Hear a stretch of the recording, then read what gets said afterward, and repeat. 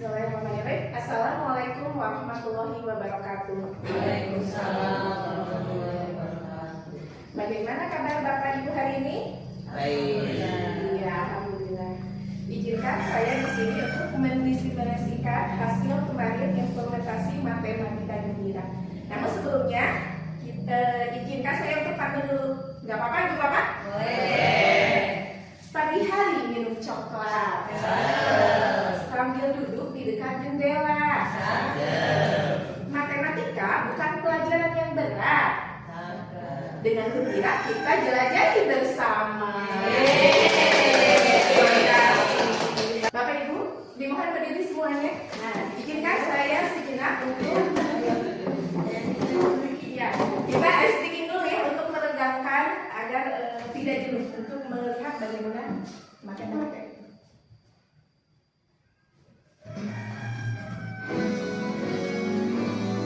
Boleh ikuti gerakannya.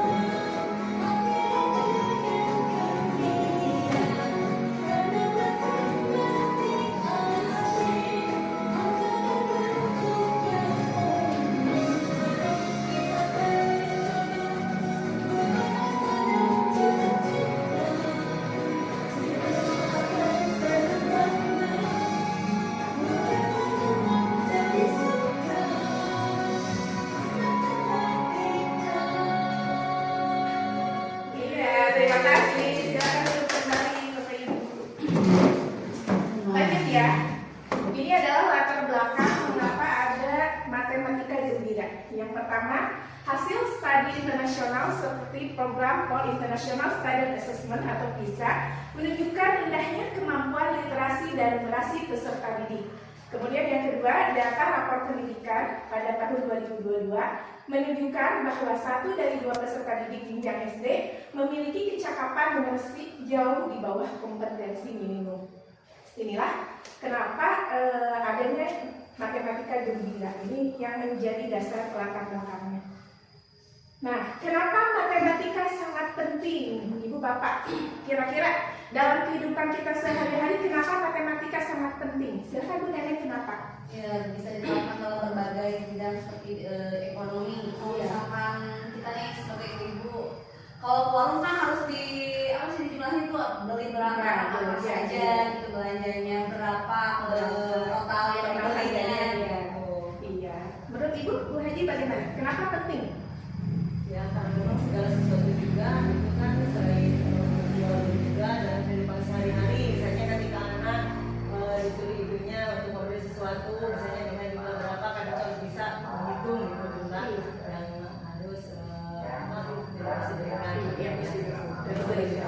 Iya, betul sekali. Nah, matematika itu emang erat kaitannya dengan kehidupan kita sehari-hari ya. Terlepas dari bangun tidur, ketika kita melihat jam berapa, kemudian dari kita pola makan, sampai kita tidur lagi, itu kita tidak lepas dari matematika. Nah, matematika merupakan salah satu ilmu dasar yang memiliki peranan penting dalam kehidupan manusia. Matematika tidak hanya digunakan dalam lingkungan akademik saja, tetapi juga menjadi alat berpikir logis dan sistematis yang diterapkan dalam berbagai bidang kehidupan. Betul ya, tadi seperti kata Bu Neneng dari Bu Imas, seperti ekonomi, teknologi, sains, bahkan dalam pengambilan kehidupan sehari-hari. Lanjut. Nah, tantangan pembelajaran matematika. Bapak Ibu, kita di kelas terkadang pembelajaran matematika itu seringkali dianggap sebagai mata pelajaran yang sulit dan abstrak. Nah, hal ini menyebabkan banyak peserta didik yang mengalami kecemasan dan kesulitan dalam mempelajarinya. Terkadang dalam kita menyebutkan hari ini pelajaran apa matematika, anak-anak suka ada cemas, wah matematika itu ada pembelajaran yang sangat sulit atau yang sangat suka. Nah, untuk itu ini adalah tantangan dalam pembelajaran matematikanya seperti itu. Nah, untuk mengantisipasi dari tantangan tadi, latar belakang tadi, nah ada solusinya. Salah satu alternatif yang dapat digunakan untuk meningkatkan kemampuan numerasi ini diantaranya adalah model pembelajaran gembira. Nah, gembira ini terdiri dari 5 sintak, dapat menjadi salah satu alternatifnya. Nah, Bapak Ibu, gembira ini merupakan akronim ya. Nah, ini uraiannya. GE-nya itu adalah gali dan eksplorasi, M-nya muat konten, B-nya buat aktivitas, I-nya ikuti pemikiran murid, dan RA-nya rayakan dan akhiri. Selanjutnya. Nah, sekarang kita belajar mengenai fase G dan E. Apa itu gali dan eksplorasi? Pada tahap ini, siswa diajak untuk menggali situasi atau masalah yang dihadirkan dan mengidentifikasi unsur-unsur matematis yang terkandung di dalamnya. Mereka belajar menerjemahkan permasalahan tersebut ke dalam bahasa matematika, seperti mengenali pola, hubungan antar angka, atau penggunaan operasi matematika tertentu. Dengan mengaitkan konsep matematika dengan realitas yang mereka kenal, pembelajaran menjadi lebih menarik, bermakna, dan relevan. Begini Bapak Ibu ya, misalkan saya ambil contoh, ketika kita akan belajar bangun data di kelas, nah untuk fase gali dan eksplorasi, sebelum kita memberi materi kepada anak, alangkah baiknya kita mengenalkan konsep yang berkaitan dengan kehidupan nyata dulu, berkaitan dengan bangun data. Misalnya bisa diisi dengan permainan engkle ya. Anak-anak bisa kita ajak untuk bermain dulu sejenak sebelum kita mengenalkan bangun data. Anak-anak hari ini kita bermain engkle dulu, bisa di kelas kita bikin engklenya ataupun di lapangan juga bisa, ataupun permainan tradisional lainnya, ataupun misalkan bisa dengan memanfaatkan benda-benda di sekitar kelas maupun jendela atau pintu, kita mengenalkan kepada anak, ataupun bisa berkeliling di lingkungan sekolah. Ini adalah fase gali dan eksplorasi. Jadi sebelum langsung ke materi, kita ajak dulu anak. Nah, ini adalah fase tahap awal kita untuk memunculkan motivasi anak yang lebih baik. Karena ketika awal anak motivasinya bagus, maka langkah selanjutnya mereka pasti akan gembira, tidak akan merasa kesulitan lagi belajarnya. Lanjut fase berikutnya. Nah, fase kedua adalah muat konten. Tahap ini merujuk pada kegiatan pembelajaran yang menekankan pentingnya memasukkan konsep numerasi ke dalam proses belajar setelah peserta didik melakukan eksplorasi terhadap lingkungan sekitar. Setelah peserta didik menggali dan mengeksplorasi konteks nyata di sekitar mereka, guru kemudian mengarahkan proses belajar dengan menyisipkan konsep-konsep matematika yang sesuai, sehingga pembelajaran menjadi lebih terarah dan berbasis pengalaman siswa. Nah, tadi di tahap fase gali dan eksplorasi kita mengenalkan engkle kepada anak ketika kita akan membelajarkan bangun data. Nah, setelah kita ikuti permainan dulu bersama anak-anak untuk menggali dan mengeksplorasi, kemudian tahap selanjutnya yaitu muat konten. Baru di sini kita langsung memberikan materinya kepada anak mengenai bangun data dari mulai pengertian, ciri-ciri, dan kita bisa memberikannya, kemudian macam-macamnya. Nah, setelah tadi tahap gali dan eksplorasi, baru tahap kedua adalah dimuat dalam konten pembelajarannya. Alur selanjutnya adalah buat aktivitas. Tahapan ketiga ini menekankan pentingnya merancang kegiatan yang relevan, kontekstual, dan menyentuh kehidupan nyata siswa, sehingga pembelajaran matematika menjadi lebih mendalam dan bermakna. Tahap ini berfokus pada penyusunan dan penerapan kegiatan pembelajaran yang berbasis konteks dan menuntut kemampuan kognitif. Tujuan instruksional dalam fase ini adalah untuk memberikan kesempatan bagi peserta didik untuk memahami matematika melalui keterlibatan yang terarah. Untuk itu, guru perlu merancang berbagai aktivitas pembelajaran yang tidak hanya menekankan penguasaan konsep, tetapi juga bagaimana siswa dapat mengaplikasikan konsep tersebut dalam kehidupan nyata.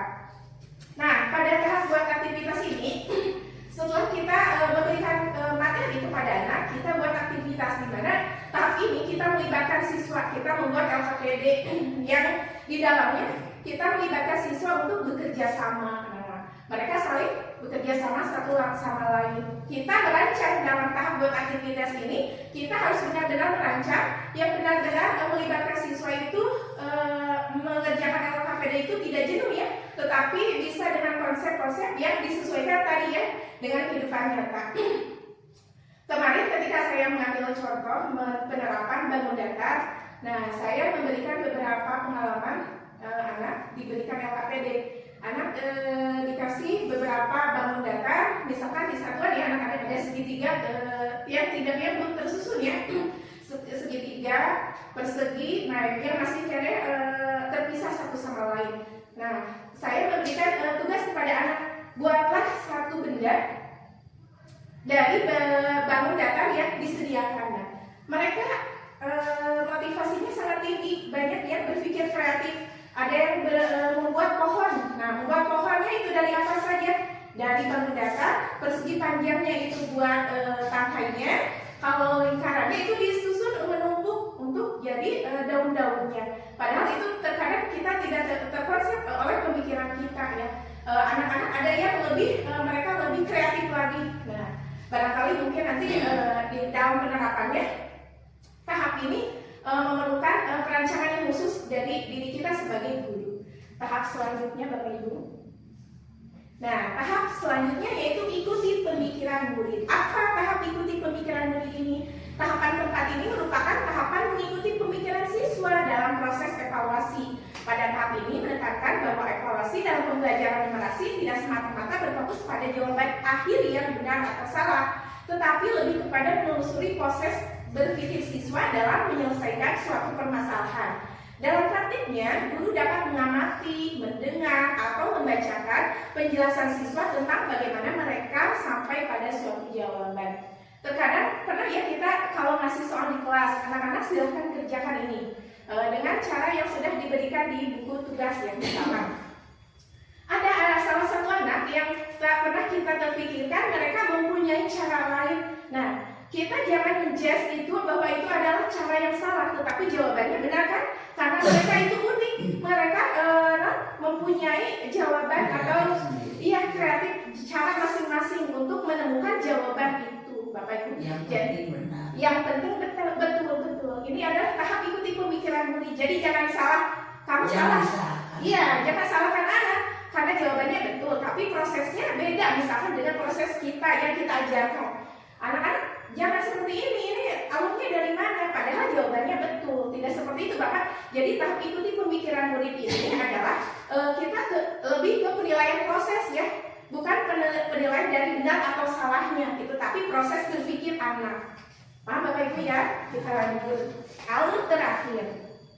Nah, alur terakhir ini adalah rayakan dan akhiri. Tahapan terakhir ini yaitu rayakan dan akhiri berfungsi sebagai momen reflektif sekaligus apresiatif dalam pembelajaran numerasi. Pada tahap ini, guru bersama siswa diajak untuk merenungkan kembali seluruh proses yang telah dilalui, mulai dari strategi yang digunakan, keputusan yang diambil, hingga cara berpikir yang membentuk penyelesaian suatu tugas. Selain itu, pada tahap ini dapat menjadi kesempatan untuk merayakan pencapaian baik dalam bentuk keberhasilan memahami konsep maupun usaha siswa dalam berpikir dan berproses. Biasanya kalau dalam rancangan pembelajaran ini ada tahap refleksi, Bapak Ibu ini refleksi. Ya, refleksi. Apa yang sudah dipelajari hari ini? Bagaimana pembelajaran hari ini? Apa yang kalian rasakan? Apakah jenuh, senang, atau bosan? Ya, ini adalah tahap refleksi. Ya. Sama halnya seperti pembelajaran umumnya. Mungkin itu dari 5 pembelajaran. Silakan. Sekarang kita isi bikin dulu Bapak Ibu ya. Sebelum kita lihat contohnya. Nah, untuk isi bikin ini boleh aja sambil duduk aja, ikuti gerakannya aja.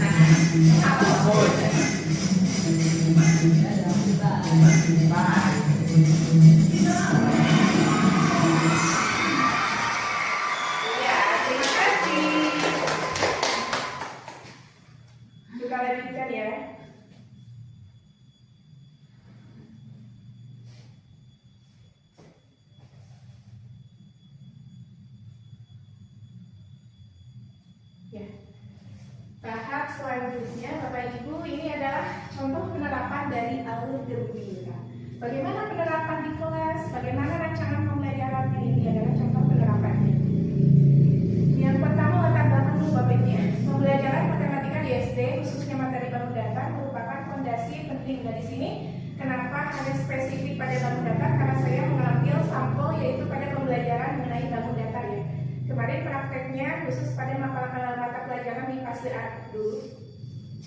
Nah, khususnya materi bangun datar merupakan fondasi penting bagi kemampuan berpikir spasial, pengenalan bentuk, serta pemahaman konsep geometri pada jenjang berikutnya. Namun pada kenyataannya, peserta didik di SD sering mengalami kesulitan dalam mengenali bentuk bangun datar, menghubungkan bentuk dengan benda nyata, serta memahami ciri sederhana seperti jumlah sisi, sudut, atau pola penyusunnya. Hal ini terjadi karena pembelajaran geometri biasanya disampaikan secara abstrak ya, secara teruang-ruang, tidak nyata ya, kadang tidak dengan dikaitkan dengan benda-benda nyata. Ini anak-anak ini bangun datar, ini persegi, ini, nah seperti itu kadang pembelajarannya. Sementara karakteristik belajar anak SD masih membutuhkan pengalaman konkret ya Bapak Ibu. Mereka membutuhkan apa yang pernah dilaluinya ya, benda-benda yang pernah mereka temui dalam kehidupannya, aktivitas bermain dan eksplorasi langsung. Kemudian, nah untuk mengatasi tantangan tersebut, tadi alur gembira yang sudah saya paparkan, G-nya ada gali, E-nya apa Bapak Ibu? M-nya apa? Ya, buat konten. B-nya pada aktivitas. I-nya ikuti pemikiran murid. RA-nya rayakan dan mandiri. Nah, ini menjadi pendekatan yang tepat dalam pembelajaran bank datar. Alur ini memberikan ruang bagi siswa untuk belajar melalui pengalaman benda nyata, memanipulasi benda, bereksplorasi, dan membangun konsep secara mandiri. Ini kita lihat dulu RPP-nya dulu. Bagaimana RPP dari alur matematika hampir sama dengan RPP pada umumnya, cuma bedaannya adalah pada tahap kegiatan ini saja Bapak Ibu. Ini rancangan pembelajaran identitasnya sama kan biasa, mata pelajaran, alokasi waktu, pendekatan alur. Nah ini tujuan pembelajarannya, ini prinsip pembelajarannya, prinsip pembelajaran mendalam dengan saat ini ya. Nah ini kegiatan intinya di sini yang membedakan adalah dari kegiatan intinya Bapak Ibu. Pada tahap alur gembiranya ada dimasukkan ini tahap gali dan eksplorasi. Nah kegiatannya apa saja? Guru menunjukkan benda nyata seperti, nah kalau ingin mengajar bangun datar misalnya, bisa kita membawa benda-benda nyata ya yang berhubungan, membawa piring, untuk melihat itu lingkaran, terus membawa buku, ubin, dan jendela. Ubin itu tidak dibawa ya Bapak Ibu. Kita bisa menunjukkannya langsung di kelas ya, bor atau papan tulis atau jendela ataupun pintu. Kemudian tahap muat konten. Nah, dari muat konten ini langsung kan dikasih pembelajarannya, guru menjelaskan nama, ciri, dan sifat bangun datar. Nah, buat aktivitas, murid menyusun potongan bangun datar ini adalah tahap dari LKPD yang diberikan oleh kita. Kemudian tahap ikuti pemikiran murid. Murid menguraikan hasil karyanya, menjelaskan bangun datar apa saja yang digunakan. Nah, mereka mempresentasikan ya hasil dari LKPD. Kemudian kita bertanya, kenapa mereka memilih bangun datar tersebut. Nah, tahap terakhir adalah rayakan dan akhiri. Murid memajang hasil karyanya di dinding kelas, saling memberi apresiasi, guru menegaskan kembali konsep bentuk bangun datar. Ini seperti pada umumnya Bapak Ibu ya, cuma tadi dari kegiatan ini saja, untuk yang ke bawahnya hampir sama. Ini penilaiannya, refleksi, seperti itu Bapak Ibu. Ini adalah contoh dari RPP-nya. Kita kembali ke materi.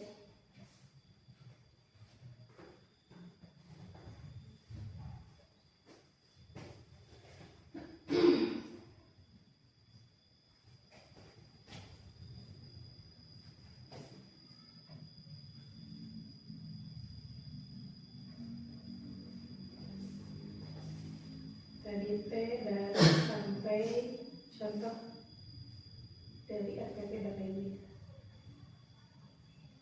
Ya, ini contohnya. Nah, ini diambil sampel tadi mengenai bangun datar. Ini capaian pembelajarannya. Pada akhir fase A, peserta didik dapat mengenal berbagai bangun datar, segitiga, segi empat, segi banyak, lingkaran, dan bangun luar, balok, kubus, kerucut, dan bola. Mereka dapat menyusun komposisi dan mengurai komposisi suatu bangun datar, segitiga, segi empat, dan segi banyak. Peserta didik juga dapat menentukan posisi benda terhadap benda lain, kanan, kiri, depan, belakang. Ini untuk CP-nya Bapak Ibu. Nah, tujuan pembelajarannya sama halnya tadi ya, yang terdapat pada RPP. Murid dapat mengenal berbagai bentuk bangun datar di lingkungan sekitar. Murid dapat menyusun bentuk bangun datar menjadi bentuk baru yang lebih kompleks. Murid dapat menguraikan bentuk bangun datar menjadi bagian penyusunnya. Murid dapat menjelaskan ciri-ciri bangun datar secara sederhana. Nah, ini dokumentasinya. Ini tahap pelaksanaan dari alur matematika gembira Bapak Ibu. Nah, ini tahap gali dan eksplorasi. Ini tahap pertama. Di siapa saja kegiatannya? Nah, kita bisa memberikan pertanyaan tematik ya. Kalau tidak misalnya mengajak anak keluar, kita bisa memanfaatkan dengan benda-benda di lingkungan kelas ya. Anak-anak, nah apa bentuk dari penghapus, apa bentuk dari papan tulis, apa bentuk dari pintu. Nah, kita bisa melibatkan benda-benda yang ada di ruangan kelas. Kalau misalkan mau ke lingkungan sekolah, boleh di luar, kita ajak-ajak berkeliling. Benda apa yang berbentuk mirip lingkaran? Nah, ada jam kebetulan ya. Kemudian tahap kedua adalah muat konten. Di sini saya memaparkan mengenai materi dari bangun datar, dari pengertian, ciri-ciri, dan macam-macam bangun datar. Ini adalah dokumentasinya. Tahap selanjutnya yaitu buat aktivitas. Nah, tadi saya sudah jelaskan sedikit ya. Saya memberikan LKPD-nya mengenai macam-macam bangun datar yang belum tersusun ya. Pilih beberapa bentuk bangun datar, susun menjadi gambar benda. Sebutkan nama bangun datar yang kamu gunakan. Nah, di sini tahap ikuti pemikiran murid ini hasil dari karya anak ya. Ada yang membuat rumah, ada yang membuat pohon, ada yang membuat matahari, ada yang membuat kereta, bahkan itu dari yang tersusun dari macam-macam bangun data. Nah, pada tahap ikuti pemikiran murid, nah kita dapat mengasah sebagai evaluasi ya, kita bertanya kepada anak ketika anak mempresentasikan hasil dari karya mereka. Mengapa kamu memilih segitiga di bagian atap rumahmu? Ya, terkadang ada jawaban yang unik. Katanya cocok, kata anak-anak, ada yang menjawab gitu. Kemudian ada yang bilang juga, Bu, kalau atapnya bentuknya persegi, ya, kalau ada air hujan itu akan di atas ya, tidak ke bawah. Bagaimana cara kamu menyusun bentuk bangun datar agar terlihat seperti pohon? Nah, gitu. Bagaimana? Nah, itu adalah ikuti pemikiran murid, di mana tahap ini menjadi proses penilaian kita kepada hasil anak ya, bukan hasil akhirnya, tapi proses anak cara berpikirnya. Nah, ini adalah tahap akhir ya, rayakan dan akhiri. Apa yang kamu pelajari hari ini? Sama halnya seperti refleksi biasa Bapak Ibu ya. Bangun datar apa yang paling kamu sukai? Bagaimana cara kamu menyusun bentuk menjadi bangun datar tertentu? Nah, ini adalah tahap refleksi secara bersama-sama. Nah, ini adalah tahap akhir Bapak Ibu. Hal menarik dalam implementasi matematika gembira yang setelah saya laksanakan di kelas, yang pertama, antusiasme peserta didik itu sangat tinggi. Murid terlihat bersemangat mengikuti setiap tahap kegiatan, terutama saat memasuki aktivitas praktik. Kemudian adanya kerjasama kelompok berjalan baik. Kemudian mampu berbagi peran, berdiskusi dan menyelesaikan tugas bersama tanpa konflik berarti. Kemudian munculnya ide-ide kreatif seperti sebelumnya yang saya bilang tadi, ada yang membuat pohon, ada yang membuat kereta, ada yang membuat kereta, mobil. Nah, itu yang tidak pernah terpikir oleh kita. Mereka memunculkan ide-ide kreatif, saling berdiskusi ya dalam aktivitas membuat model bentuk bangun datar atau eksperimen numerasi. Kemudian menunjukkan kreativitas yang di luar dugaan. Kemudian terakhir interaksi dua arah meningkat. Kemudian dari dulu saling bertanya aktif. Kemudian kesulitan apa yang dihadapi ketika pengimplementasian kemarin matematika gembira itu? Yang pertama adalah keterbatasan waktu pelaksanaan, waktu pembelajaran terasa kurang untuk menyelesaikan semua tahap kegiatan, terutama saat murid melakukan aktivitas praktik. Lalu bagaimana solusinya? Nah, yang pertama solusinya yaitu guru perlu menyesuaikan jumlah kegiatan dengan durasi pembelajaran serta menetapkan batas waktu yang jelas untuk setiap tahap agar semua aktivitas dapat terlaksana secara maksimal.